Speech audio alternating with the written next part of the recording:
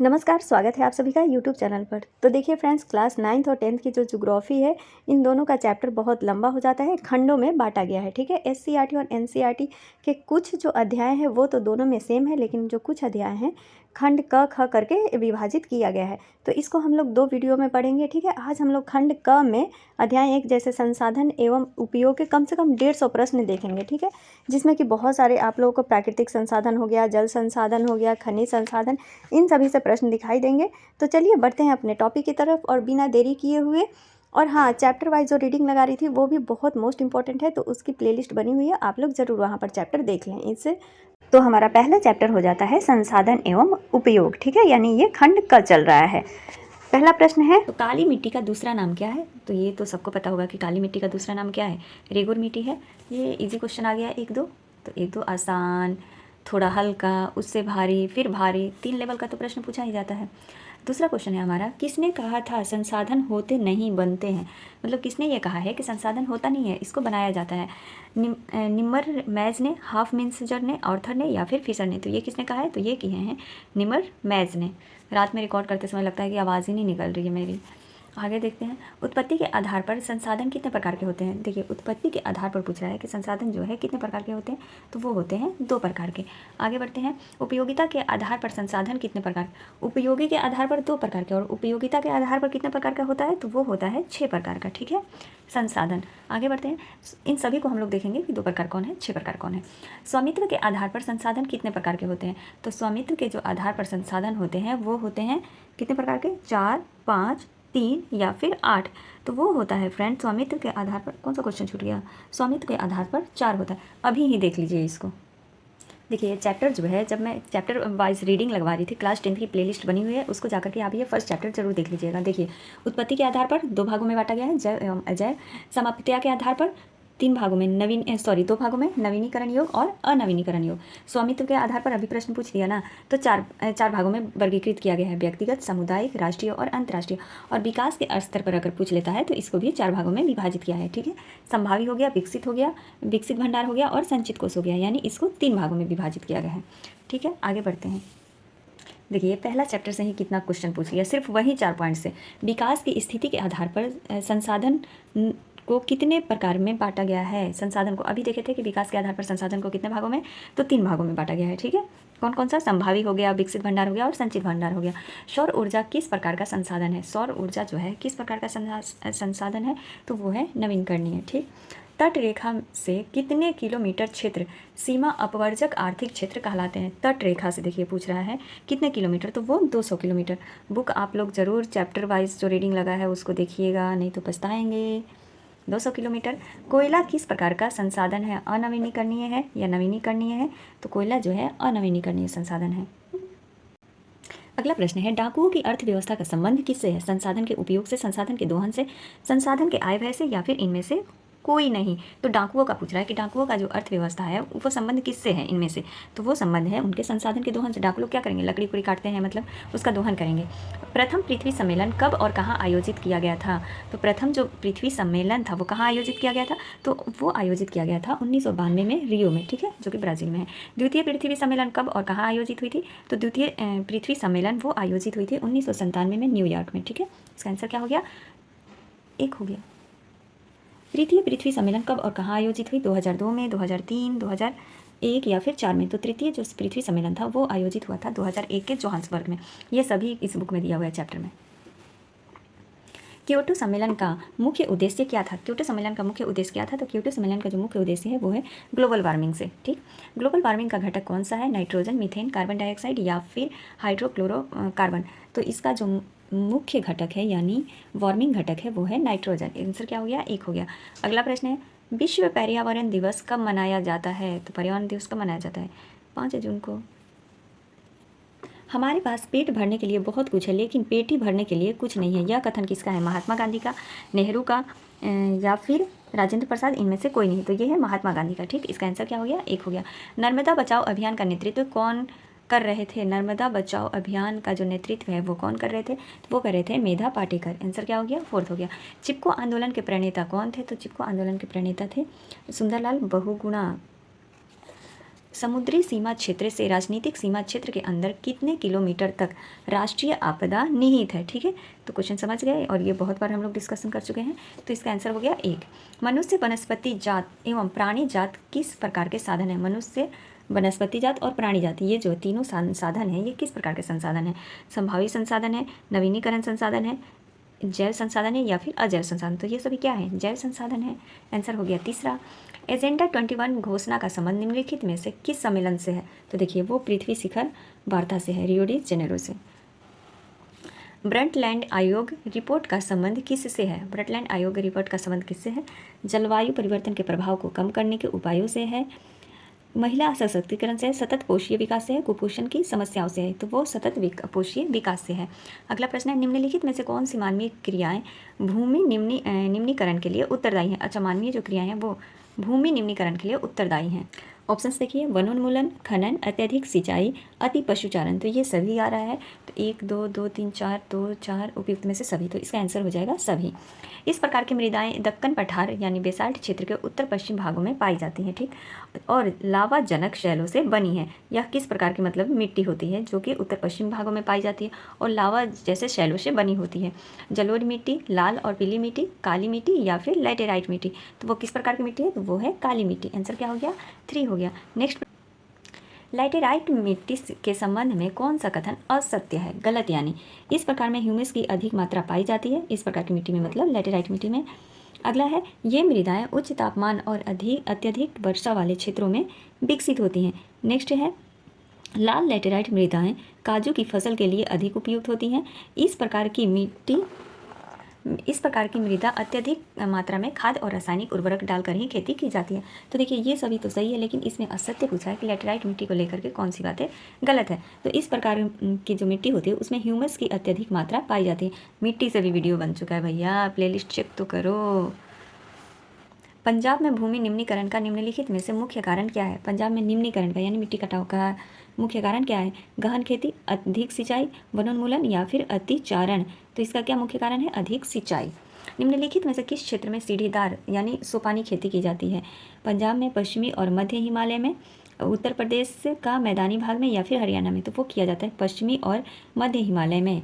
किस प्रकार की सीढ़ीनुमा की जाती है खेती। आगे बढ़ते हैं, इनमें से कौन सी टिप्पणी प्राकृतिक वनस्पति जात और प्राणी जात के हास्य का मुख्य कारण नहीं है। ठीक, ऑप्शंस देखते हैं। पशुचारण और ईंधन लकड़ी एकत्रित करना, तीव्र औद्योगिकरण और शहरीकरण, कृषि प्रसार, बृहद स्तरीय विकास परियोजनाएं। तो ये सभी तो है, लेकिन पशुचारण ईंधन की जो लकड़ी है ये हास्य का प्रमुख कारण नहीं है। नेक्स्ट प्रश्न है, बीज बचाओ आंदोलन का संबंध किस राज्य से है। अच्छा, बीज बचाओ का उत्तराखंड, पश्चिम बंगाल, गुजरात या फिर मध्य प्रदेश। तो ये आंदोलन उत्तराखंड का है। निम्नलिखित में से कौन सा संरक्षण तरीका समुदायों की सीधी भागीदारी नहीं करता है। सीधी भागीदारी नहीं करता है भैया। बीज बचाओ आंदोलन, चिपको आंदोलन, संयुक्त वन या फिर वन्यजीव अभयारण्य का परिसीमन। तो वो है वन्यजीव अभयारण्य का परिसीमन। ये हमारा फर्स्ट चैप्टर से 31 प्रश्न था। अब प्राकृतिक संसाधन से प्रश्न देख लेते हैं। असंगठित पदार्थों से निर्मित पृथ्वी के सबसे ऊपरी परत को क्या कहते हैं। असंगठित पदार्थों से निर्मित पूछ रहा है कि जो ऊपरी सतह होती है उसको क्या कहते हैं। मृदा, रेगिस्तान, चट्टान या फिर इनमें से कोई नहीं। तो ऊपरी सतह को मृदा कहते हैं। मृदा का निर्माण कैसी प्रक्रिया है, सरल, जटिल, क्षयकारी या फिर इनमें से सभी। तो वो जटिल प्रक्रिया है मृदा की प्रक्रिया। 1 सेंटीमीटर मृदा बनने में, मिट्टी बनने में कितने वर्ष लग जाते हैं। हजारों वर्ष, अरबों वर्ष, लाखों वर्ष या फिर 20 वर्ष। तो सही में अगर आप चैप्टर वाइज रीडिंग नहीं देखे ना तो बहुत पछताएंगे। उसमें साफ साफ पूरा बताया गया है, मैं अंडरलाइन करके बताई हूँ। तो फर्स्ट चैप्टर आप लोग बिल्कुल देखें, जा करके प्लेलिस्ट खोल करके देखिए, नहीं तो मैं लिंक शेयर कर दूँगी। भूमि का कितना प्रतिशत मैदानी भाग। 20% मैदानी भाग है। 20%, 43%, 40% या फिर 50%। तो कितना है, वो है 43%। भूमि के कितने प्रतिशत भाग पर पठार का विस्तार है। पठारी भाग का पूछ रहा था तो वो कितना है, 18%, 25%, 33% या फिर 29%। तो पठारी भाग का जो विस्तार है वो है 18%। ठीक है। मैदानी भाग के लिए क्या उपयोगी है, कृषि, आवास, उद्योग या फिर उपरोक्त में से सभी। तो सभी हैं। पठारी भाग में क्या संचित है, खनिज, जीवाश्म, खनिज और जीवाश्म और वन। तो क्या संचित है, तो खनिज और जीवाश्म पठारी भाग में संचित है। कौन सा भाग बारहमासी नदियों के लिए सुनिश्चित हेतु पर्यटन विकास के अनुकूल मुहैया कराती है और पर्यटन विकास के लिए अनुकूल स्थिति प्रदान करती है। ठीक है, कौन सा वो भाग है, तो पर्वत है, पठार है, मैदानी है या फिर इनमें से कोई नहीं। तो वो भाग अपना पर्वत है। ऑप्शन अगला प्रश्न है, मृदा निर्माण में कौन कौन से कारक संभव हैं? मृदा के निर्माण में यानी कौन कौन से कारक जरूरी हैं? वनस्पति, खनिज लवण, समय, उपयुक्त में से सभी। तो ये सभी जरूरी हैं मिट्टी बनने के लिए। भारत के मुख्य रूप से मिट्टी कितने प्रकार की पाई जाती है? अच्छा, भारत में मुख्य रूप से मिट्टी जो है कितने प्रकार की पाई जाती है? तो वो पाई जाती है 6 प्रकार की। ये मिट्टी के चैप्टर में पढ़ चुके हैं हम लोग। नदियों के जाल के द्वारा लाई गई मिट्टी क्या कहलाती है? तो नदियों के जाल के द्वारा लाई गई मिट्टी जलोढ़ मिट्टी कहलाती है।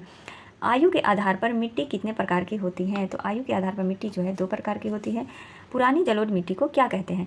जो पुराना है उसको बांगर कहेंगे और जो नया है उसको खादर कहेंगे। यानी जो नए नए लोग रहते हैं उनमें ज़्यादा जोश रहता है, यानी खाद भरा हुआ है, और पुराने लोग क्या हो गए? बांगर से बेकार। ऐसे इस प्रकार से याद कर लीजिए, तो बांगर हो गया। बांगर और खादर में क्योंकि बहुत कन्फ्यूज होता है। आगे बढ़ते हैं। किस मिट्टी में ह्यूमस की अधिकता अधिक होती है? बांगर की, चिकनी मिट्टी, खादर या फिर बलुई मिट्टी में? तो किस मिट्टी में होती है? तो वो होती है खादर मिट्टी में ह्यूमस की अधिकता होती है। अगला प्रश्न है हमारा, किस प्रकार की मिट्टी में गहन कृषि संभव है? कछारी, जलोढ़ मिट्टी, रेतीली या फिर बलुई? तो खेती के लिए भैया सबसे बेस्ट जो मिट्टी है वो है जलोढ़ मिट्टी। नमी धारण करने की क्षमता किस प्रकार की मिट्टी में अधिक होती है? नमी धारण करने की क्षमता, काली मिट्टी, चिकनी मिट्टी, क्ले में या फिर इनमें से कोई नहीं? तो वो होता है काली मिट्टी में नमी धारण करने की क्षमता अधिक होती है। लाल या पीली मिट्टी भारत के कितने भूभाग पर फैली हुई है? लाल और पीली मिट्टी जो है भारत के कितने भूभाग पर फैली है? तो वो फैली है 7.2 हेक्टेयर भूभाग पर। किस प्रकार की मिट्टी का निर्माण उच्च ताप एवं अत्यधिक वर्षा वाले क्षेत्र में हुआ है? अच्छा, किस मिट्टी का निर्माण जो है उच्च ताप और अत्यधिक वर्षा वाले क्षेत्र में हुआ है? रेगुर मिट्टी, लाल मिट्टी, जलोढ़ मिट्टी या फिर चिकनी मिट्टी? तो वो है रेगुर मिट्टी। ठीक है, इसका आंसर क्या हो गया? 1 हो गया। अगला प्रश्न है, मिट्टी का लाल रंग किस खनिज की अधिकता के कारण होता है? तो मिट्टी का जो लाल रंग है वो किसके कारण होता है? तो वो होता है फ्रेंड्स लोहा के कारण। आंसर हो गया दूसरा। किस प्रकार की मिट्टी का प्रयोग फलों का बागान एवं नदी घाटी में चावल की खेती के लिए की जाती है? किस प्रकार की मिट्टी का प्रयोग किया जाता है? तो वो किया जाता है पर्वतीय मिट्टी का प्रयोग। तो ये हमारा प्राकृतिक संसाधन से था 20 प्रश्न। अब आते हैं जल संसाधन। जल संसाधन से पहला प्रश्न है हमारा कि बृहद क्षेत्र में जल की उपस्थिति के कारण पृथ्वी को कहते हैं। अच्छा, जल की उपस्थिति के कारण क्या कहते हैं? नीला ग्रह कहते हैं। Easy question. कुल जल का कितना प्रतिशत भाग महासागर में निहित है? जल का कितना प्रतिशत भाग जो है महासागर में निहित है? तो वो है 96.6% भाग एनसीईआरटी के अनुसार। देश के बैराजों को किसने भारत का मंदिर कहा है? यानी देश के जो डैम है, जो बांध बनाए गए हैं, उसको किसने मंदिर कहा है? महात्मा गांधी, राजेंद्र प्रसाद, पंडित जवाहरलाल नेहरू या फिर स्वामी विवेकानंद? तो वो कहे हैं पंडित जवाहरलाल नेहरू। अगला प्रश्न है, प्राणियों के शरीर में कितना प्रतिशत जल की मात्रा निहित होती है? वो होती है 65%। बिहार में अति जल दोहन के किस तत्व का संकेंद्रण नहीं बढ़ता है? अच्छा, बिहार में अति जल दोहन का किस तत्व का संकेंद्रण जो है नहीं बढ़ता है? तो वो है क्लोराइड का नहीं बढ़ता है। बिहार की सबसे प्राचीन नदी घाटी परियोजना कौन सी है? नर्मदा, सोन, पुनपुन, कोइलवर नदी? तो वो है सोन नदी बिहार की सबसे प्राचीन नदी घाटी परियोजना है। 7वां प्रश्न, इंदिरा गांधी नहर परियोजना किस राज्य में है? तो वो है राजस्थान में। भूमिगत जल का कितना प्रतिशत भाग वर्षा जल का संचय करता है? भूमिगत जल का कितना प्रतिशत वो भाग है जो वर्षा जल का क्या करता है? तो संचय करता है। वो है दूसरा यानी 22%। राष्ट्रीय जल नीति को कब स्वीकृत किया गया था? तो राष्ट्रीय जल नीति को सितंबर 1987 में स्वीकृत मिली थी। भारत में कुल विद्युत का कितना भाग जल विद्युत से प्राप्त होता है? अच्छा, भारत में कुल विद्युत का जो कितना भाग है वो जल विद्युत से प्राप्त होता है? तो वो है 22%। सरदार सरोवर बांध किस नदी पर है? सरदार सरोवर बांध किस नदी पर है? नर्मदा नदी पर। किस नदी की जल भंडारण क्षमता सर्वाधिक है? जल भंडारण की जो क्षमता है वो सबसे अधिक किस नदी की है? तो वो है ताप्ती नदी की। नर्मदा और ताप्ती तो नदियाँ भ्रंश घाटी का निर्माण करती हैं और वो किस साइड बहती हैं? तो पूरब से पश्चिम की तरफ। भारत का सबसे ऊंचा गुरुत्वाकर्षण वाला बांध कौन सा है? भाखड़ा नागर, श्री शैलम बांध, नागार्जुन सागर बांध या फिर सरदार सरोवर बांध? तो वो है भाखड़ा बांध जो है गुरुत्वाकर्षण का पहला बांध है, सबसे ऊंचा बांध। विश्व का कितना प्रतिशत जल स्वच्छ है? 2.5, 4%, 3.5 या फिर इनमें से कोई नहीं? तो इसका आंसर 2.5 होगा, मिस्टेक से 4 लग गया है। पृथ्वी की सतह का कितना भाग जल से ढका हुआ है? तो पृथ्वी की सतह का 3/4 जो भाग है वो जल से ढका हुआ है। अगला प्रश्न है, पूरे विश्व के कुल जल आयतन का कितना प्रतिशत मृदु जल है? ये तो हम लोग अभी देखे थे 4%। भूमिगत स्वच्छ जल के रूप में कितना प्रतिशत उपलब्ध होता है? भूमिगत यानी स्वच्छ जल कितना रूप में उपलब्ध है? 30%, 75%, 25% या फिर 40%? तो वो है 25%। ठीक है। उत्तर बिहार में कब नेपाल स्थित बैराज परियोजना द्वारा छोड़े गए जल से बाढ़ विभीषिका मंजर देखने को मिला था? यानी सबसे ज़्यादा भयानक बाढ़ आई थी कब? नेपाल में स्थित जो बैराज परियोजना है उसको जब छोड़ा गया था 2002 में, 2009, 2007 या फिर 2008 2003 में। तो वो कब आया था? तो वो आया था 2007 में। जल के अति दोहन में किस में वृद्धि हुई है? जल के अति दोहन के कारण किस में सबसे ज़्यादा वृद्धि हुई है? तो वो हुई है आर्सेनिक में। इसका आंसर क्या हो गया? फर्स्ट हो गया। किस पूर्व राष्ट्रपति द्वारा जल मिशन देकर भूमि जल पूर्ति पर बल दिया गया था? अच्छा, जल मिशन एक योजना चलाई गई थी, तो किस राष्ट्रपति के द्वारा चलाई गई थी? नेहरू, इंदिरा गांधी, राजेंद्र प्रसाद या फिर अब्दुल कलाम? तो वो चलाया गया था किसके द्वारा? एक मिनट, वो चलाया गया था अब्दुल कलाम के द्वारा। ठीक है, हमारे जो राष्ट्रपति, भूतपूर्व राष्ट्रपति थे, उनके द्वारा। सलाल प्रोजेक्ट का संबंध किस नदी से है? सलाल प्रोजेक्ट का संबंध जो है वो किस नदी से है? दामोदर नदी, चेनाब, रावी या फिर गोदावरी? तो वो है चेनाब नदी से। इसका आंसर हो गया दूसरा। अगला प्रश्न है, वर्षा जल संग्रहण के तरीके खादिन और जोहड़ भारत के किस राज्य में प्रचलित है? जोहड़ और खादिन जो है भारत के किस राज्य में प्रचलित है? तमिलनाडु, महाराष्ट्र, मेघालय या फिर राजस्थान? तो जोहड़, खादिन इसी नाम से पकड़ लीजिए कि राजस्थान में। ठीक है, वर्षा जल संग्रह करने का ये क्या है? तो एक तरीका है। देखिए, अभी ये हमारा संसाधन ही चल रहा है, जिसको कि अलग अलग भाग में, जैसे प्राकृतिक संसाधन हो गया, जल संसाधन हो गया, खनिज संसाधन, वन्य प्राणी संसाधन। तो अभी हम लोग इसको देखेंगे।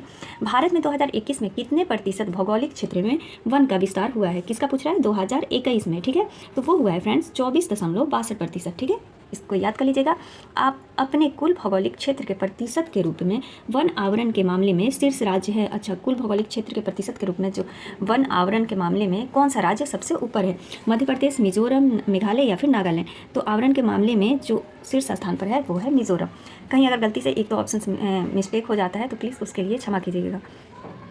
बिहार में कितने प्रतिशत भौगोलिक क्षेत्र में वन का फैलाव है? कितने प्रतिशत भौगोलिक क्षेत्र में यहाँ पर पूछ रहा है वन का विस्तार है? 15%, 20.6%, 20% या फिर 7.1%? तो वो है 7.1%। ठीक है, वहाँ पर देखिए, इस प्रश्न में आप लोग भी कंफ्यूज हो जा सकते हैं। तो यहाँ पर देखिए बिहार के बारे में पूछ रहा है। ठीक है, वहाँ पर भारत के बारे में था कि भारत में 2021 में कितना प्रतिशत भौगोलिक क्षेत्र वन का विस्तार हुआ था? तो वो हुआ था 24.62%। और यहाँ पर पूछ रहा है कि बिहार में कितने प्रतिशत भौगोलिक क्षेत्र में वन का फैलाव है? तो 7.1%। ठीक है, आई होप कन्फ्यूजन दूर हो गया। पूर्वोत्तर राज्यों में 188 आदिवासी जिलों में देश के कुल क्षेत्रफल का कितना प्रतिशत वन है? ये सभी NCERT में डाटा दिया हुआ है। तो कितना प्रतिशत वन है? तो वो है फ्रेंड्स, एक मिनट, 75%, 80.55, 90.03 या फिर 60.11? तो वो है 60.11%। किस राज्य में वन का सबसे अधिक विस्तार है? केरल, कर्नाटक, मध्य प्रदेश या फिर उत्तर प्रदेश? तो वो है मध्य प्रदेश में। वन संरक्षण एवं प्रबंधन की दृष्टि से वनों का वर्गीकृत किया गया है। कितने भागों में वन जो है उसको वर्गीकृत किया गया है? तो 3 भागों में। 1951 से 80 तक लगभग कितना वर्ग किलोमीटर वन क्षेत्र कृषि भूमि में परिवर्तित हो चुका है? देखिए, यहाँ पर कृषि भूमि में पूछ रहा है, वो हो चुका है 26,200 जो वर्ग किलोमीटर वन है वो कृषि भूमि में परिवर्तित हो चुका है। भारत का राष्ट्रीय पक्षी क्या है? तो ये तो मोर हो गया। 9वां प्रश्न है, कौन सा जीव केवल भारत में पाया जाता है? घड़ियाल, डॉल्फिन, व्हेल या फिर कछुआ? तो कौन सा जीव पाया जाता है? तो वो है घड़ियाल। 1968 में प्राकृतिक संसाधन के संरक्षण के लिए कौन सा कन्वेंशन हुआ था? अफ्रीकी कन्वेंशन, वेटलैंड्स कन्वेंशन, विश्व आपदा कन्वेंशन या फिर इनमें से कोई नहीं? तो वो हुआ था अफ्रीकी कन्वेंशन, प्राकृतिक संसाधन के संरक्षण के रूप में। NGO के रिपोर्ट अनुसार 1948 में विश्व में कितने हेक्टेयर भूमि पर वन का विस्तार हुआ था? 6 अरब, 4 अरब, 8 अरब या फिर 5 अरब? तो वो हुआ था 4 अरब। ठीक है, 4 अरब हेक्टेयर भूमि पर वन का विस्तार हुआ था। आगे बढ़ते हैं। मलेरिया के लिए उपयोगी औषधि किससे प्राप्त होता है? तो ये तो आप लोग सीटेट में भी पढ़े होंगे, सिनकोना की छाल से। आगे बढ़ते हैं। अगला प्रश्न है, जैव विविधता वाला क्षेत्र कौन सा है? पूर्वी क्षेत्र, पश्चिमी घाट, उत्तरी क्षेत्र या फिर दक्षिणी क्षेत्र? तो वो है जैव विविधता वाला क्षेत्र पश्चिमी घाट। इसका आंसर हो गया दूसरा। कितने प्रतिशत प्रजाति भारतीय मूल के स्तनपायी हैं? कितने प्रतिशत जो प्रजाति हैं? 10, 60, 33 या फिर 53? तो 10% प्रजाति। विश्व में लगभग कितनी प्रजातियाँ हैं? यानी टोटल विश्व में पूछ रहा है कि कितने प्रकार की प्रजातियाँ हैं? तो वो है फ्रेंड्स हमारा 50 लाख। बाप रे, 50 लाख प्रजाति पाई जाती है। भारतीय प्राणी सर्वेक्षण का मुख्यालय कहाँ है? भारतीय प्राणी सर्वेक्षण का मुख्यालय पूछ रहा है, तो वो है कोलकाता में। भारतीय सर्वेक्षण के अनुसार कितने प्रजाति वनस्पति के अंतर्गत आते हैं? ये SCERT की जो बिहार स्टेट का जब एग्ज़ाम चल रहा था तो उसमें SCERT से क्लास 9th और 10th की प्लेलिस्ट बनी हुई है, तो उसको आप लोग देख लीजिएगा, तो वहाँ से SCERT पूरा आपका कवर हो जाएगा जितने भी डाटा हैं। तो भारतीय सर्वेक्षण के अनुसार कितने प्रजाति वनस्पति के अंतर्गत आते हैं? 25,000, 30,000, 35,000 या फिर 15,000? तो वो आते हैं 15,000। भारत में कितने प्रतिशत पुष्पीय पौधे भारतीय मूल के हैं? ठीक है, यहाँ पर बोल रहा है भारतीय मूल के हैं, तो वो कितने प्रतिशत है? तो वो है 33%। इसका आंसर क्या हो गया? 4th हो गया। अगला प्रश्न है, जैवमंडल आरक्षित क्षेत्र की स्थापना किसके द्वारा की गई थी? किसके द्वारा की गई थी? यूनेस्को के, NGO, वर्ल्ड बैंक या फिर ICAR के द्वारा? तो वो किया गया था UNESCO यानी यूनेस्को के द्वारा। आयुर्वेद का जनक किसे कहा जाता है? तो आयुर्वेद का जनक तो चरक को कहा जाता है। ये था हमारा किससे? वन एवं वन्य प्राणी संसाधन से। आई होप ये सारे महत्वपूर्ण प्रश्न आप लोगों को याद हो जाएंगे। आगे बढ़ते हैं। संसाधन में जो हमारा अगला पॉइंट है वो है खनिज संसाधन। तो भारत में लगभग कितने प्रकार के खनिज पाए गए हैं? 50, 100, 150 या फिर 200? तो भारत में जो खनिज है वो कितने प्रकार के पाए गए हैं? तो वो पाए गए हैं 200 प्रकार के, ठीक है। कौन लौह युक्त खनिज का उदाहरण है? लौह युक्त खनिज का बोल रहा है कि कौन सा उदाहरण है? तो वो है मैग्नीज। निम्न में से कौन आधात्विक खनिज का उदाहरण है? अधात्विक खनिज का? सोना, टीन, अब्रक या फिर ग्रेफाइट? तो वो है अब्रक। किस खनिज को उद्योग की जननी माना गया है? सोना, तांबा, लोहा या फिर मैग्नीज? तो किस खनिज को माना गया है? तो वो है लोहा को। आगे बढ़ते हैं। कौन लौह अयस्क का प्रकार है? तो कौन है भैया लौह अयस्क का प्रकार? लिग्नाइट है, हेमेटाइट है, बिटमिन्स है, उपयुक्त में से सभी। तो ये सभी हैं लौह अयस्क के प्रकार हैं। सर्वाधिक लौह उत्पादक राज्य है? सर्वाधिक लौह उत्पादक राज्य किसमें होता है? कर्नाटक, गोवा, उड़ीसा, झारखंड। तो कहाँ पर होता है? तो सबसे अधिक जो लोहा का उत्पादन होता है वो होता है झारखंड में। इसका आंसर क्या हो गया? 4th। छत्तीसगढ़ भारत का कितना प्रतिशत लौह अयस्क का उत्पादन करता है? छत्तीसगढ़ जो है कितना लोहे का उत्पादन करता है? 10%, 20%, 30 या फिर 40? तो वो करता है 20%। अगला प्रश्न है मैग्नीज उत्पादन में भारत का विश्व में क्या स्थान है? भारत का पूछ रहा है कि विश्व में क्या स्थान है मैग्नीज के उत्पादन में? प्रथम, द्वितीय, तृतीय या फिर चतुर्थ? तो वो है तृतीय स्थान, ठीक है। 1 टन इस्पात बनाने में कितने मैग्नीज का उपयोग होता है? 1 टन जो है इस्पात बनाने में कितने मैग्नीज का? तो 10 किलो मैग्नीज का उपयोग होता है। उड़ीसा किस खनिज का सबसे बड़ा उत्पादक है? तो उड़ीसा जो है मैग्नीज का सबसे बड़ा उत्पादक है। एल्युमिनियम बनाने में किस खनिज की आवश्यकता पड़ती है? एल्युमिनियम बनाने में तो एल्युमिनियम बनाने में जो किस खनिज की आवश्यकता पड़ती है? तो वो पड़ता है फ्रेंड्स बॉक्साइट का, ठीक है। कच्चे बॉक्साइट का आवश्यकता पड़ती है। देश में तांबे का कुल कितना भंडार है? देश में तांबे का कुल कितना भंडार है? तो वो है 125 करोड़ भंडारण है। 125 करोड़ टन का भंडार होता है। बिहार झारखंड देश का कितना प्रतिशत अभ्रक का उत्पादन करता है? तो बिहार और झारखंड जो है दोनों मिल करके कितने प्रतिशत? तो 80% अभ्रक का भंडारण करता है। अगला प्रश्न है सीमेंट उद्योग का सबसे प्रमुख कच्चा माल क्या है? सीमेंट उद्योग का चूना पत्थर, बॉक्साइट, ग्रेफाइट या फिर लोहा? तो चूना पत्थर है, इसका आंसर क्या हो जाएगा? चूना पत्थर सीमेंट उद्योग का। आगे बढ़ते हैं।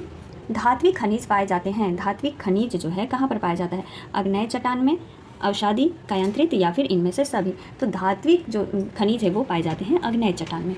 इसका आंसर 1 हो गया। 16 प्रश्न है कौन सा धातु बिजली का अच्छा संचालक है? तो वो है तांबा, ठीक। इसका आंसर क्या हो गया? दूसरा। हेमेटाइट अयस्क में अगला प्रश्न है हेमेटाइट अयस्क में लौह अंश कितनी प्रतिशत होती है? हेमेटाइट अयस्क में पूछ रहा है कि जो लोहे का अंश होता है कितना प्रतिशत होता है? 68, 60, 72 या फिर 40? तो वो होता है 68%, ठीक। इसका आंसर क्या हो गया? 1 हो गया। पीला अयस्क के उपनाम से कौन सा लौह अयस्क जाना जाता है? हेमेटाइट, लिमोनाइट, मैग्नेटाइट या फिर लिग्नाइट? तो वो जाना जाता है हेमेटाइट, नहीं सॉरी फ्रेंड्स, लिमोनाइट, ठीक है। पीला अयस्क के नाम से जाना जाता है। काला अयस्क के नाम से कौन सा अयस्क जाना जाता है? काला अयस्क के नाम से हेमेटाइट, लिमोनाइट। तो लिमोनाइट अभी किस नाम से जाना जाता था? पीला अयस्क के नाम से। और काला अयस्क के नाम से जाना जाता है मैग्नेटाइट, ठीक।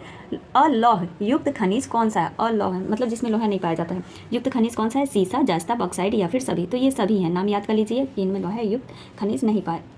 निम्नलिखित में से कौन सा खनिज अपक्षयित पदार्थ के अवशिष्ट भार को त्यागता हुआ चट्टानों के अपघटन से क्या करता है? तो बनता है। तो वो कौन सा हो गया? बॉक्साइट हो गया। अगला प्रश्न है भारत के किस राज्य में रेड होल खनन किया जाता है? रेड होल खनन किया जाता है किस राज्य में? तो वो किया जाता है मेघालय में। आंसर क्या हो गया? दूसरा हो गया।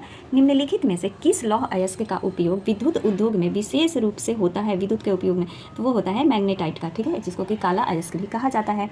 देखिए अगर मान लीजिए एक चैप्टर से आप इतने प्रश्न कर लेते हैं तो क्या आपका प्रश्न छूट सकता है? बिल्कुल नहीं छूटेगा। निम्नलिखित में से किन खदानों का लौह अयस्क विशाखापत्तनम से जापान तथा दक्षिण कोरिया को निर्यात किया जाता है? मोस्ट इंपॉर्टेंट, किस में किया जाता है? तो बैलाडीला से किया जाता है। एल्युमिनियम धातु का सर्वाधिक निष्कर्षण निम्नलिखित में से किस अयस्क में किया जाता है? एल्युमिनियम धातु का पूछ रहा है। बॉक्साइट में, जिंक ब्लेड में, कैल्शियम कार्बोनेट या फिर मैग्नेटाइट में? तो वो किया जाता है बॉक्साइट में। इसका आंसर क्या हो गया? 1 हो गया। निम्नलिखित में से कौन सर्वोत्तम गुण वाला कठोर कोयला है? सर्वोत्तम गुण वाला तो ये तो एंथ्रेसाइट है।